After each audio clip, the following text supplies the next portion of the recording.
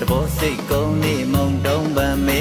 ခင်ပြူရဲ့ဘေးရွာမှာနေတာကိုသိချင်းလာပါတယ်မိုင်းညူညူ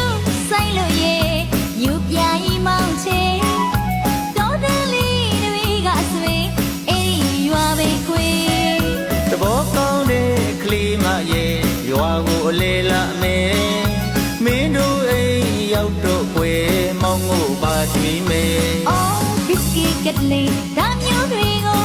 ကိုငိုကကြောမပြခြင်းနေမို့ညတော့မဖောင်းမကင်းစားပြခြင်းနေသဘောကောင်းတဲ့ကလေးမရဲ့ခင်တို့အိမ်မှာမိန်မိန်စားခြင်းနဲ့